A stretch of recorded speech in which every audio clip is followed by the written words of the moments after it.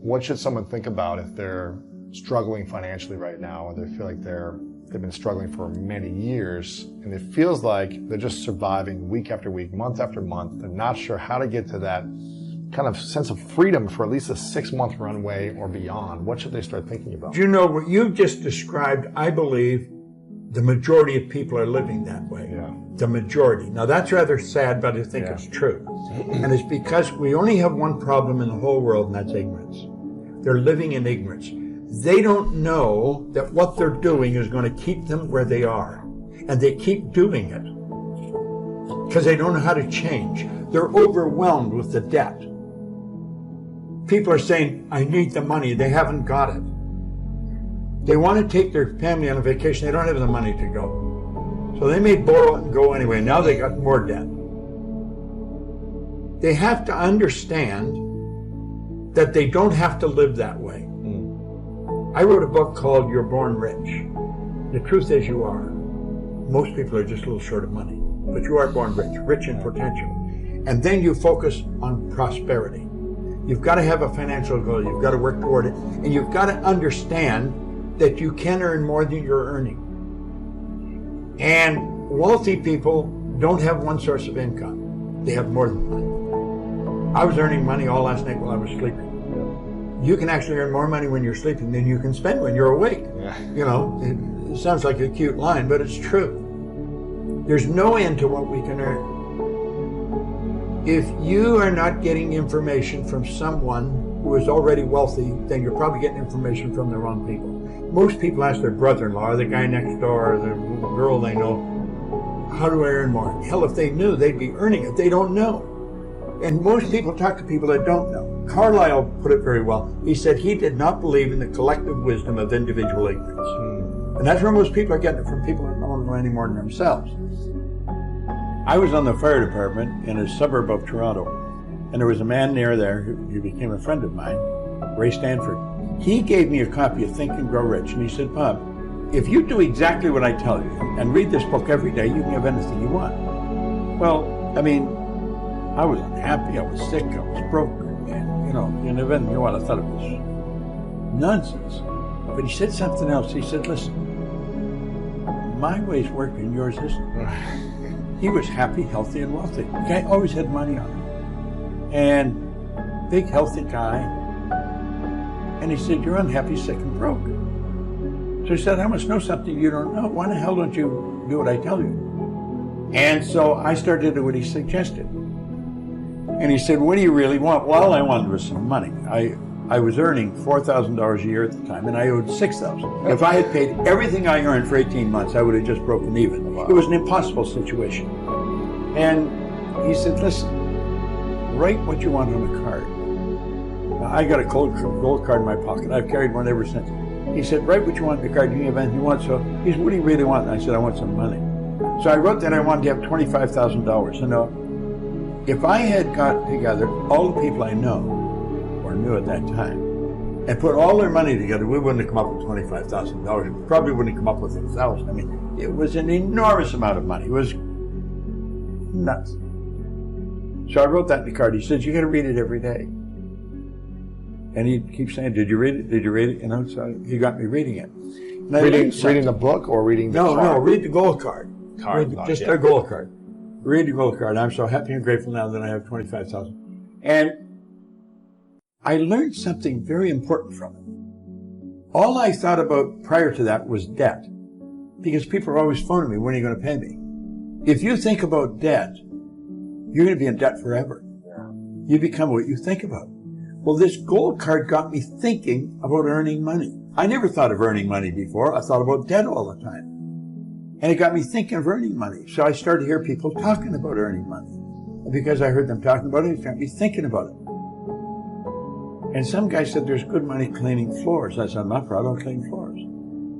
I was prepared to do anything. I wonder in this. So I started cleaning one office.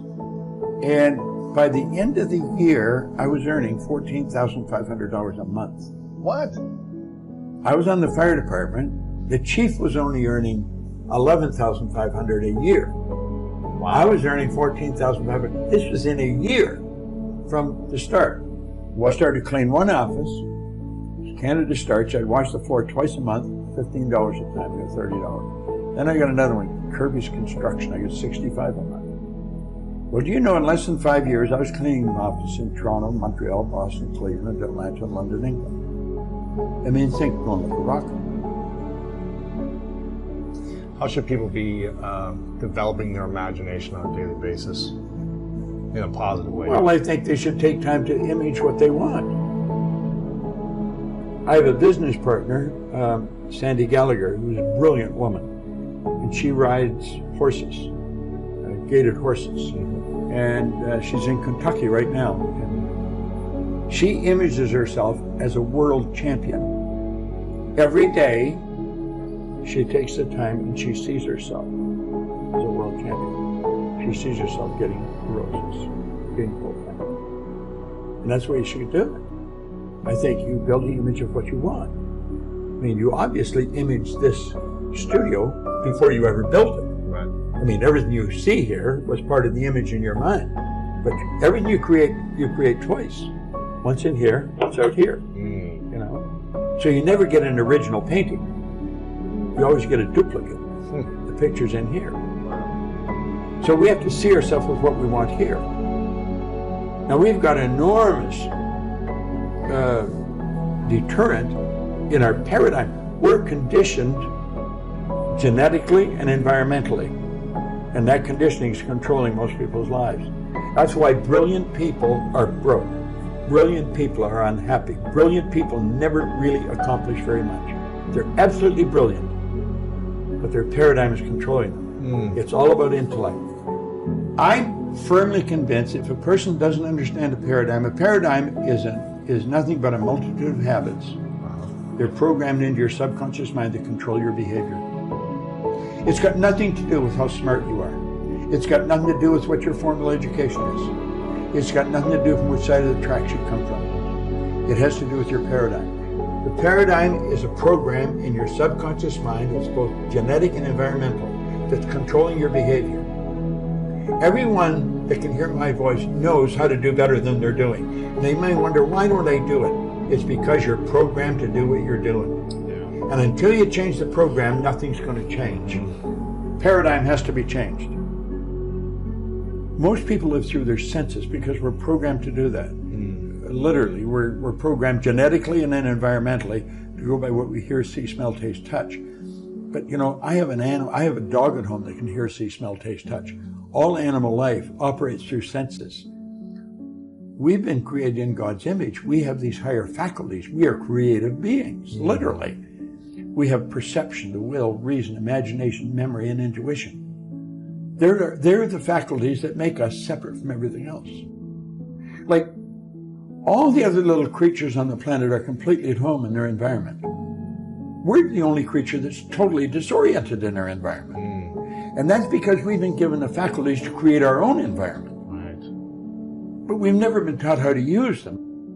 What does the power of generosity do for the other person and do for you, the giver? Givers gain. I think the giver enjoys more than the receiver. And I'm convinced that giving is one of the basic rules of success. Well, you know, Emerson said that cause and effect was the law of laws. Action and reaction are equal and opposite. So it's in harmony with the laws of the universe. And I believe this whole universe operates in a very orderly way. I'm very tuned into the laws of the universe. And I think that's why. When I could win, anybody can win. It's just a matter of getting the right information from the right people. I think we get too much information from the wrong people. And personal development today is such a well-known thing that for anybody not to be developing themselves personally is rather sad, I think. So we have to help them as all we can. Like, I don't think a person deliberately destroys themselves. I think they're misguided. Yeah. They're ignorant. They don't know. Yeah. They're lost.